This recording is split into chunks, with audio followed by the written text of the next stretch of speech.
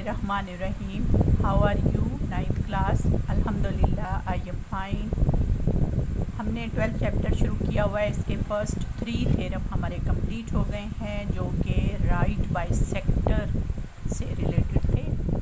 Next 3 theorem जो है ना वो है एंगल से रिलेटेड। तो इसका 4th थ्योरम 12th चैप्टर का हम करेंगे। इसकी statement, any point on the bisector of an angle is equidistant from its आर। देखें, इसकी स्टेटमेंट को समझें और फिर इसमें जो कुछ इम्पॉर्टेंट टर्म्स हैं वो पहले मैं आपको समझाऊंगी। सबसे पहले तो क्योंकि एंगल से रिलेटेड है, एंगल क्या होता है, एंगल को डिफ़ाइन करेंगे हम, और फिर उसके बाद एंगल बाइसेक्टर। तो सबसे पहले हम एंगल देखते हैं। एंगल की डेफिनेशन आएगी तो ही हम उसकी बाइसेक्शन कर पाएंगे। तो एंगल से पहले, क्योंकि एंगल यूनियन होता है टू रेस का, तो रे क्या होती है सबसे पहले वो देखते हैं। रे किसे कहते हैं? रे जो है इस तरह से एक साइड पे स्टैंड हो, यानी एक साइड पे इसके एरो होता है और एक साइड पे यहाँ एंड पॉइंट, ये इसको हम एंड पॉइंट कहते हैं और ये इसकी एक्सटेंशन है। जिस तरफ एरो है उस तरफ ये बढ़ता है, इसको हम कहते हैं रे। अब एंगल किसे कहते हैं? Angle is the union of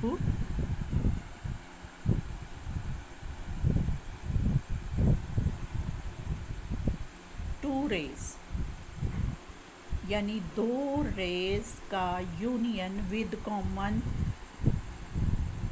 and point.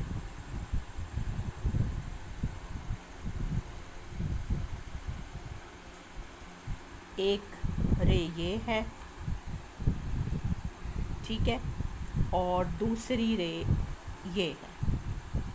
इस रे का भी एंड पॉइंट ये है, इस रे का भी एंड पॉइंट ये, यानी इन दो रेज को यूनियन किया, इकट्ठा किया, ज्वाइन किया हमने कॉमन एंड पॉइंट पर, ठीक है। तो रे को नाम देते हैं हम यहाँ पर। इस एंड पॉइंट को एक नाम दे दें, कोई भी, मतलब O है, और इसे दे दें A, तो ये O2A है। इसको क्या पढ़ेंगे? O2A, ठीक है। तो इसी तरह से क्योंकि हमने यहाँ पे 2 रेज लिए हैं तो ये कॉमन एंड पॉइंट समझ ले, हमने O ले लिया, तो एक को हम A कह देते हैं, एक को हम B कहते हैं, ठीक है। तो अब ये O2A, O2B, इन दोनों को हमने यूनियन किया O पर, और इस तरह से इस O के ऊपर एंगल बन गया, ठीक है। तो इस एंगल को हम कैसे पढ़ते हैं सिंबॉलिकली? ये एंगल का साइन है, एंगल AOB। जिस पॉइंट पर एंगल बनता है उसको सेंटर में लेते हैं। बाकी आप इधर से भी पढ़ सकते हो, AOB भी पढ़ सकते हो, BOA भी पढ़ सकते हो, ठीक है ना। ये तो डेफिनेशन थी एंगल की सिर्फ। Angle is the union of two rays with common end points. दोनों के एंड पॉइंट्स पर हमने उसको यूनियन कर लिया, ज्वाइन कर लिया, इकट्ठा कर लिया, कुछ भी आप कह सकते हो, ठीक है। अब हमने क्योंकि इसका बाइसेक्टर ड्रॉ करना है, जैसे कि पहले 3 थ्योरम में हमने लाइन सेगमेंट का ये लाइन सेगमेंट था, इसका बाइसेक्टर हमने ड्रॉ किया था, यानी उसको 2 इक्वल पार्ट्स में जो डिवाइड करें। इसी तरह से अब ये कोई भी एंगल बना हुआ है, इसका बाइसेक्टर जो है वो भी एक रे ही होगा, ठीक है।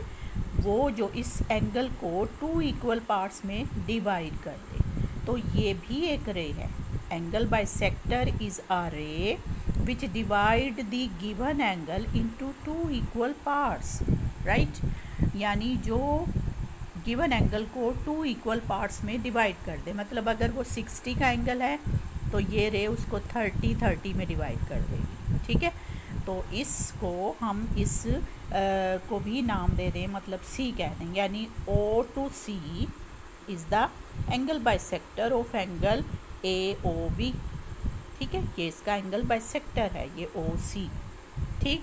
ये कुछ इंपॉर्टेंट टर्म्स थी। एंगल बाइसेक्टर किसे कहते हैं, एंगल किसे कहते हैं, और एंगल क्योंकि रेस से बनती है इसलिए रे का भी समझना पहले आपके लिए ज़रूरी है कि रे जो है ये एक एरो के साइन की तरह से होती है जो कि डायरेक्शन को शो करते हैं, ठीक है ना। तो angle is the union of two rays with common end point. अब हम अपना थ्योरम स्टार्ट करेंगे जो हमारा आज 12.4 थ्योरम।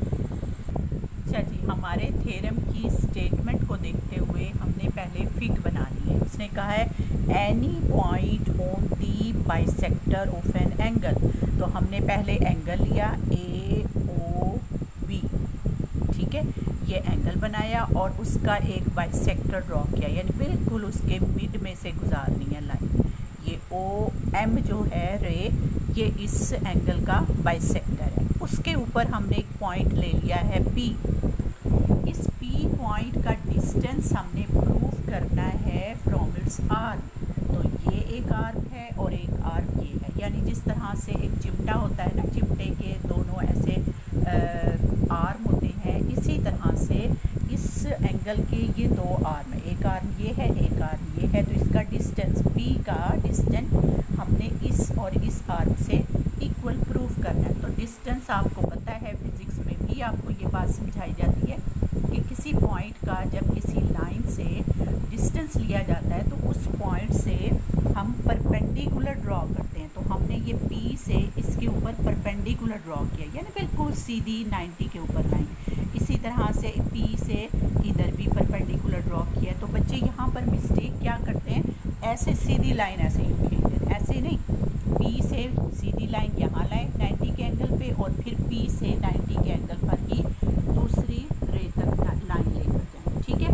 इस तरह से हमें ये डिस्टेंस से इक्वल प्रूफ करना है। तो ये फिग पहले आपने अच्छे से कंप्लीट करनी है, इसकी अच्छी से प्रैक्टिस करनी है। फिर हम स्टार्ट करते हैं कि थ्योरम में गिवन क्या है। तो गिवन जो था वो है कि पॉइंट पहले point P is on the bisector O to M। ये जो हमने O to M लिया और O to M क्या है, बाइसेक्टर है एंगल AOB का, ठीक है ना। ये सारी बात आपने बतानी है कि ये चीज़ तो गिवन है। A point P is on the O to M रे which is the bisector of angle AOB। अब प्रूफ क्या करना है, वो है डिस्टेंस। तो P to R and P to Q, ये दोनों इक्वल होने चाहिए डिस्टेंस, ठीक है। PQ, अब जाहिर है डिस्टेंस है तो लाइन सेगमेंट का साइन आएगा। दो पॉइंट्स को ही तो हमने ज्वाइन किया ना, एक पॉइंट हमने P से इधर डिस्टेंस लिया, जिस पॉइंट पे मीट किया उसे हमने R कह दिया। P से इधर हमने जब डिस्टेंस लिया, जिस पॉइंट पे उसने इस रे को मीट किया उसे हमने Q कह दिया। तो PQ PR ये दोनों इक्वल हमने प्रूफ करना। उसके लिए हमने जो है कंस्ट्रक्शन करनी है। वो कंस्ट्रक्शन जो हमने डॉटेड लाइन से की है यहाँ पे, वो हमने यहाँ पे लिखनी भी है कि PR जो है वो परपेंडिकुलर है, ये परपेंडिकुलर का साइन है, उल्टा T जो है।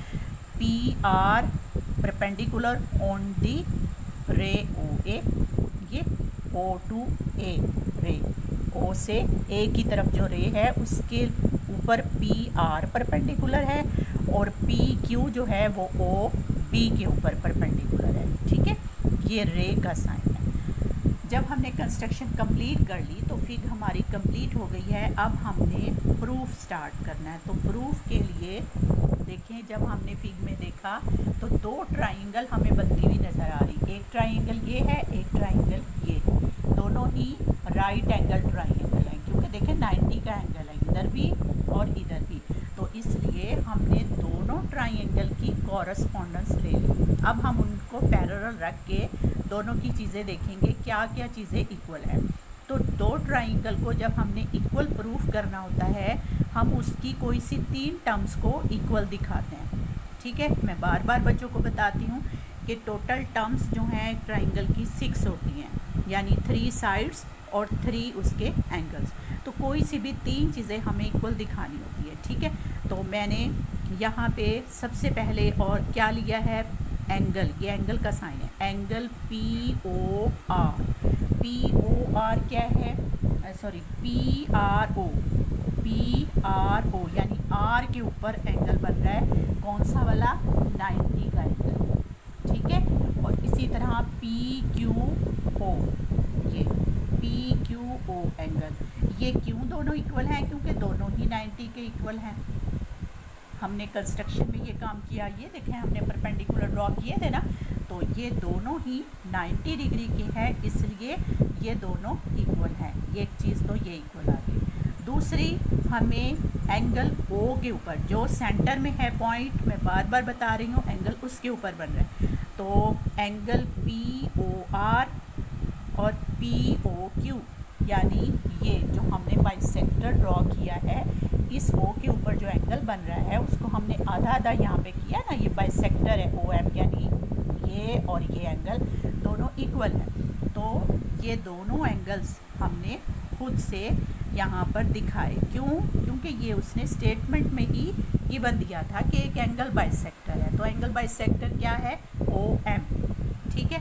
OM जो है बाइसेक्टर है, तो जाहिर है O के ऊपर जो एंगल बन रहे हैं वो दोनों इक्वल हैं। तीसरी चीज़ जो है, ये वाली एक साइड है, यानी OP इसमें भी है ट्राइंगल में और इसमें भी है, तो ये कॉमन साइड है दोनों की, ठीक है। ये OP इस ट्राइंगल के अंदर भी है और इस ट्राइंगल के अंदर भी है, तो दोनों की कॉमन साइड है, इसलिए ये इक्वल है, राइट। तीन चीज़ें हमारी हो गई, ये दो एंगल और एक ये साइड। तो जिस पोस्टुलेट से वो ट्राइंगल कंग्रेंट हों वो आपने यहाँ पर मेंशन करना है।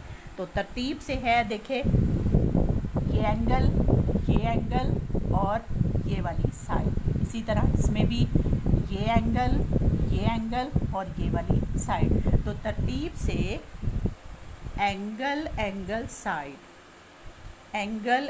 साइड दोनों ट्राइंगल की ये तीन चीज़ें इक्वल हो गई, तो दोनों ट्राइंगल भी इक्वल हो गई, यानी कंग्रेंट हो गई। अब जब ये कंग्रेंट हो गई तो फिर बाकी तीन चीज़ें भी हम इक्वल खुद से ले सकते हैं। तो हमें सिर्फ PR और PQ दिखाना था, जो हमने प्रूफ करना था, तो वो हमने यहाँ पर दिखा दिया कि ये दोनों साइड्स भी इक्वल है। क्यों इक्वल है, उसकी रीज़न हम देंगे कि ये कॉरस्पॉन्डिंग साइड्स हैं ऑफ कंग्रेंट ट्राइंगल, यानी वो ट्राइंगल जो कंग्रेंट हो चुकी हैं उन्हीं की ये दो साइड्स हैं, इसलिए इनको हम इक्वल कह सकते हैं, राइट।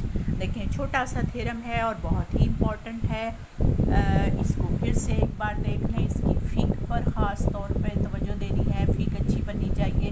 फ़िक से पहला इम्प्रेशन पड़ता है बच्चे का कि वो कैसे है। आप इसको अगर ब्लैक पॉइंटर से फ़िक को एग्ज़ाम में बनाएं तो ज़्यादा बेटर है, वरना आप डार्क पेंसिल लेड पेंसिल से बनाएं और उसको बार बार लाइनिंग नहीं करनी, एक ही बार लाइन लगानी है स्केल से, शार्प डार्क पेंसिल से। तो सबसे पहले स्टेटमेंट में से गिवन अलग करें, फिर जो लास्ट उसका पार्ट है वो उसका प्रूफ करना होता है। फिर उसे प्रूफ करने के लिए जो हमने फिग में कंस्ट्रक्शन की है डॉटेड लाइन से वो आप बताएं लिख के, और फिर हमने स्टार्ट किया है। देखें ये कॉरस्पॉन्डेंस ले ली दोनों ट्राइंगल की और उसमें हमने तीन चीज़ें दिखा दी तरतीब से, ठीक है। और जिस तरतीब से दिखाई हैं उसी तरतीब से पोस्टुलेट ये लिखना है। ख़ास तौर पे ये साइन का ख्याल रखना है। बच्चे कहते हैं ले ये POR यहाँ ट्राइंगल का साइन लगा हुआ है और यहाँ पर एंगल का साइन है, तो बेटा इनको मिक्स नहीं करना। अक्सर जब मैं चेक करने लगती हूँ पेपर तो यहाँ एंगल का साइन लगा देते हैं, यहाँ ट्राइंगल के है तो वही POR, यहाँ भी POR। तो देखें सैम्बल से ही पता चलता है ये ट्राइंगल का साइन है, यहाँ में दो ट्राइंगल्स की कॉरस्पॉन्डेंस ली है। अब हम यहाँ उसका एंगल ले रहे हैं तो ये एंगल का साइन है, ठीक है। तो ये लाइन सेगमेंट है ऊपर, तो इन साइंस को मिक्स नहीं करना है, इसको आपने अच्छी तरह ध्यान से देखना है। जब ये तीनों चीज़ें हमने दिखा दी तो यही कॉरस्पॉन्डेंस अब इक्वल हो गई, कंकरेंट हो गई। तो हमने फिर ये ट्राइंगल भी हमने ट्राइंगल की कंकरेंसी को यूज़ करके ये दो साइड्स जो हमें इक्वल प्रूफ करनी थी, उनका डिस्टेंस इक्वल प्रूफ करना था, वो भी इक्वल हो गया, ठीक है। उम्मीद है आपको अच्छे से ये थ्योरम समझ आ गया होगा। थ्योरम को याद करके समझ के फिर उसको लिख के देखें, लिख के और फिर उसे बुक के साथ मैच करें। अगर वो आपकी बिल्कुल ठीक है तो राइट, वरना उसको दोबारा लिखें, 2 से 3 बार ज़रूर लिखें, फिर ही वो गलतियाँ उसकी निकलती हैं। ठीक है, दुआ में याद रखिएगा। अल्लाह हाफ़िज़।